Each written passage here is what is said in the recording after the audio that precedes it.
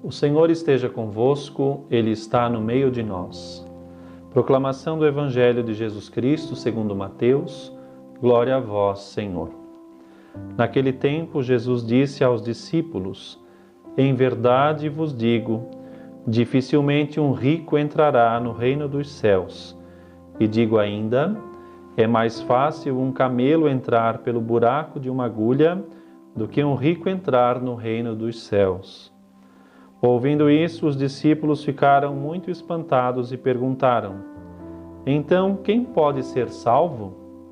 Jesus olhou para eles e disse: Para os homens isso é impossível, mas para Deus tudo é possível. Pedro tomou a palavra e disse a Jesus: Vê, nós deixamos tudo e te seguimos. O que haveremos de receber? Jesus respondeu: Em verdade vos digo, quando o mundo for renovado e o Filho do Homem se assentar no trono de sua glória, também vós, que me seguistes, havereis de sentar-vos em 12 tronos, para julgar as 12 tribos de Israel.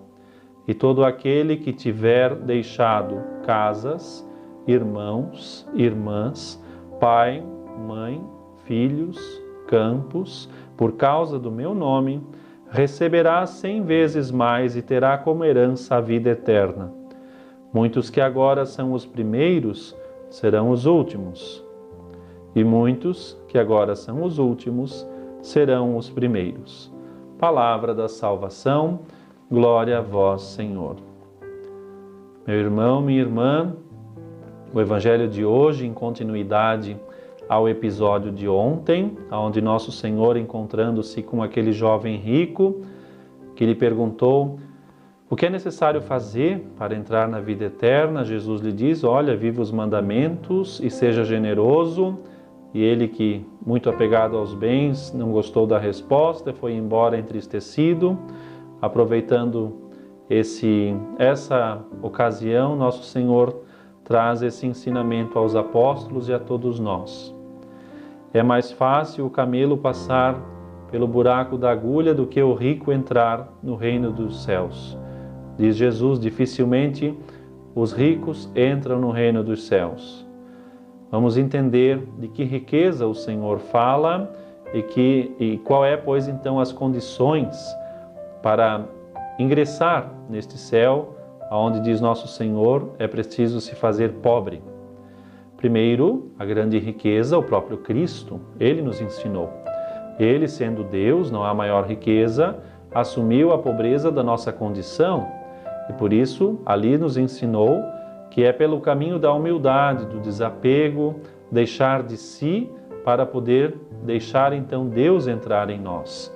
E esse é, pois, o caminho. De outro lado, Nosso Senhor também nos ensina o sentido da riqueza na vida cristã.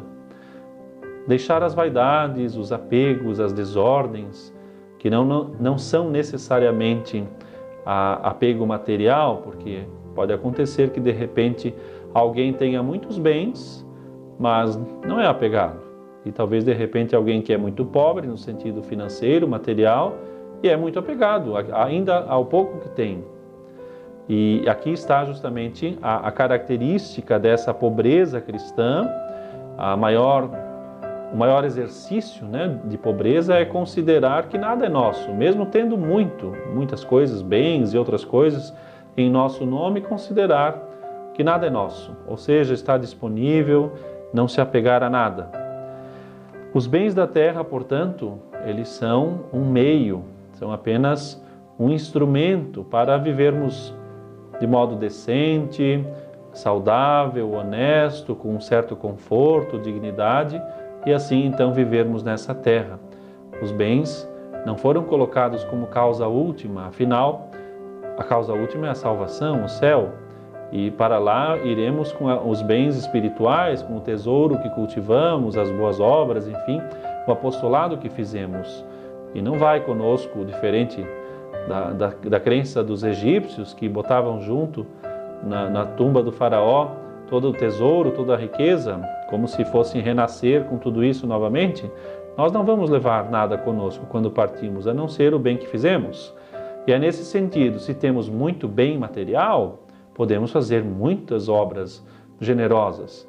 Se não temos muito bem material, mas podemos colocar a nossa vida a serviço, as virtudes que Deus nos deu, os talentos, pois coloquemos. E ali estamos gerando assim riqueza para a humanidade, estamos ajudando o próximo, crescendo na caridade. E é nesse sentido que está colocado: o rico não entra no céu quando ele se fecha em si mesmo.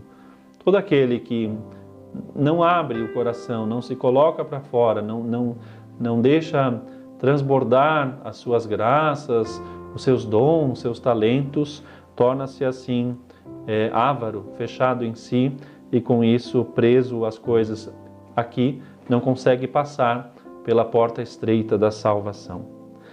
Nosso Senhor não quer aqui no Evangelho também fazer um evangelho de esquerda, ou enfim, tomar o partido dos pobres, dos desfavorecidos, como infelizmente às vezes se interpreta. Nosso Senhor não está denunciando a riqueza material em detrimento da pobreza material. É natural que é preciso que se faça justiça, que todos tenham o necessário para viver. Agora, se você prosperou, fruto do seu trabalho, fruto da honestidade, né? A coisa é transparente, enfim, trabalhou e adquiriu, louvado seja Deus.